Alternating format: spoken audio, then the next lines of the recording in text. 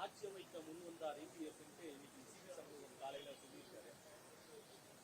அதாவது சி.வி. சண்முகம் இப்படி சொன்னதற்கு திராவிட எங்களுடைய நிலைப்பாட்டை தேர்தல் முடிவு வந்த அன்று மாலையே எங்கள் தலைவர் தளபதி அவர்கள் வீட்டில் படுத்து தூங்காமல் நேரடியாக இதே அறிவாலயத்தில் வந்து திராவிட முன்னேற்ற கழகம் ஆக்கப்பூர்வமான எதிர்க்கட்சியாக செயல்படும் என்பதை மிக தெளிவுபடுத்தி விட்டார்.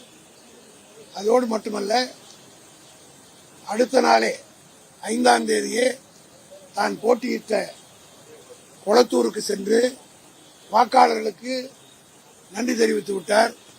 அதேபோல திராவிட முன்னேற்ற கழகத்துடைய சட்டமன்ற உறுப்பினர் கூட்டத்தை கூட்டி தலைவர், துணைத் தலைவர், கொறடா ஆகியோரையும் தேர்ந்தெடுத்து ஒரு எதிர்க்கட்சி ஆக்கப்பூர்வமாக செய்ய வேண்டிய கடமைகளை எல்லாம் எங்கள் தலைவர் தளபதி நிறைவேற்றிவிட்டார். திமுகவை பொறுத்தமட்டிலும் இந்த 77 ஆண்டு கால வரலாற்றில் பல வெற்றிகளையும் பார்த்திருக்கிறோம், பல தோல்விகளையும் பார்த்திருக்கிறோம்.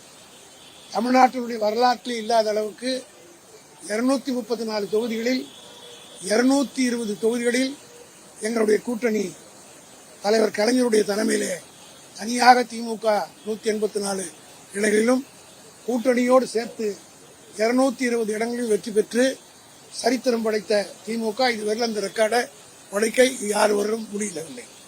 ஆக அதே போல 91 தேர்தலில் ஒரே ஒரு தொகுதியில் தான் நாங்கள் வெற்றி பெற்றோம். ஆனால் வெற்றியை கொண்டு வெறி கொண்டு ஆடவில்லை, தோல்வியை கொண்டு தோன்றிவிடவில்லை.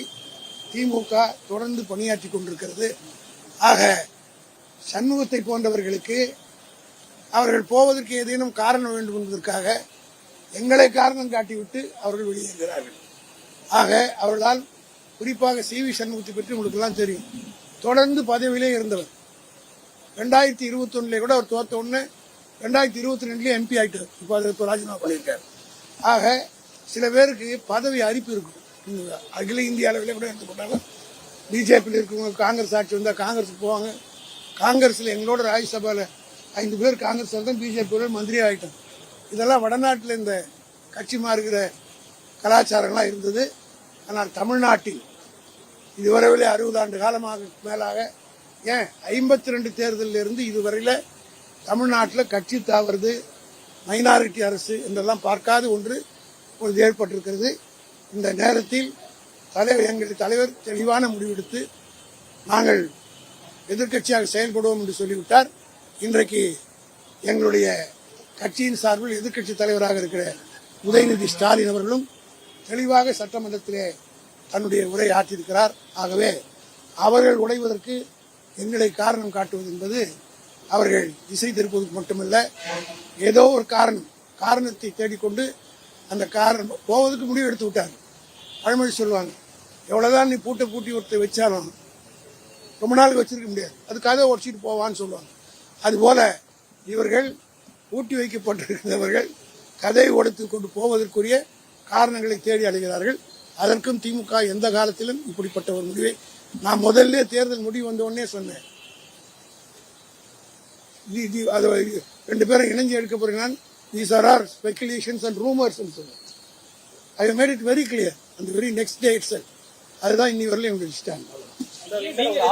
அதிமுக மட்டும் சொல்லல, கூட்டணி இருக்கக்கூடிய சிபிஎம் உடைய தேசிய இல்ல அதை மறுத்து விட்டார். தேவி மறுத்து விட்டார். அப்படி இதெல்லாம் தவறான வதந்தின்னு சொல்லிட்டார். வதந்தின்னு சொல்லிட்டாரு. திமுக எல்லா கட்சியும் நீங்க பாத்தீங்கன்னா உடைஞ்சு போச்சு. திமுக ஒண்ணுதான் ஒரே ஒரு இடம் வச்சு பெற்றுவது கூட உடையல. ஆக நிலையான திமுக. அதனால வெற்றி தோல்வி பற்றி எங்களுக்கு கவலை இல்லை. நான் தெளிவாக சொல்லிட்டு ஒரே ஒரு இடம் நினைச்ச போது திமுக ஸ்பிரிட் வரல. இதே கேள்விகளை இதே ஸ்பெகுலேஷன் சொல்லும்போது வந்த போது திமுக தலைவரிடம் கேட்டோம், பலர்கிட்ட கேட்டோம். அப்ப யாருமே மறுக்கல. இப்ப அதிமுக திமுகவின் சார்பில் பிரஸ் உங்களெல்லாம் பார்த்தே சொன்னேன், இங்கிலீஷ்லேயே சொன்னேன். These are all speculations and rumors. In the very next day itself, we have cleared our position. That stands to it.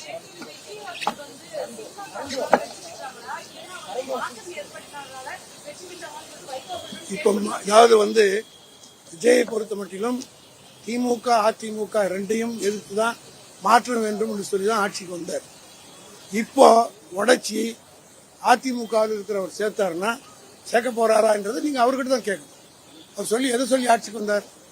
60 ஆண்டு காலமா ஒரே 2 கட்சி தான் இருக்கு, இதுக்கு மாற்றம் வேண்டும்னு சொன்னார்.